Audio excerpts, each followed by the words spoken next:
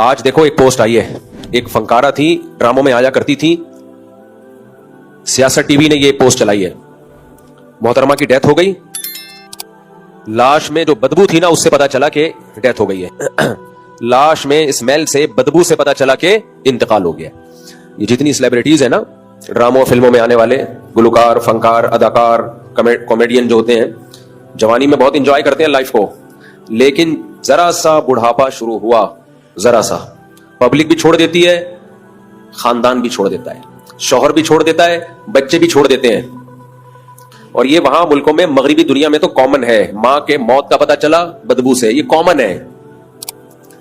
ہمارے ہاں ماں مر جائے اور بچوں کو ایک ہفتے بعد پتا چلے کہ امی کی ڈیتھ ہو گئی ہے, بدبو آ رہی ہے, تو لوگ سر اٹھا لیں گے آسمان پہ, یار تمہاری ماں مر گئی, تمہیں نہیں پتا چلا. لیکن وہاں سر نہیں اٹھایا جاتا, کامن ہے. میں نے بتایا تھا نا بھی حج پہ ہمارے ایک دوست ملے, کہنے لگے وہاں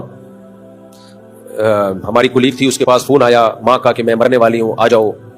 نہیں گئی وہ. میں نے کہا کیوں نہیں جا رہی, ورکنگ ڈے ہے بھائی, چھٹی کا دن تھوڑی ہے. ماں مر گئی. سمجھ رہے کہ نہیں سمجھ رہے؟ یہ ہے ریلیشن, اخلاق. Nice to meet you. English جب ہم سیکھتے ہیں تو سب سے پہلے ہمیں یہی سکھایا جاتا ہے, نائس ٹو میٹ یو. اس نے پہلے کہنا نائس ٹو میٹ یو, آپ نے جواب میں کہنا nice to meet you too. سمجھ رہے ہو؟ نہیں یار, سمجھ میں چھوڑو یار.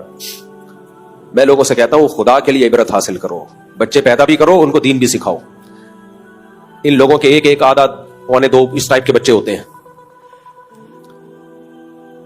یہ جوانی بہت جلدی ختم ہو جاتی ہے, زیادہ ٹائم نہیں لگتا اس کے ختم ہونے میں. 40 سال کے بعد دھڑام سے نیچے آنا شروع.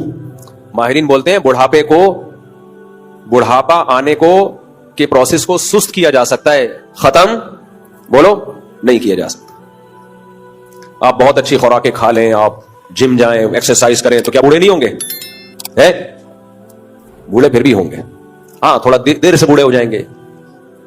اور جو صحت کا خیال نہیں کرتے وہ ذرا 40 میں بڈھے لگنا شروع ہو جاتے ہیں.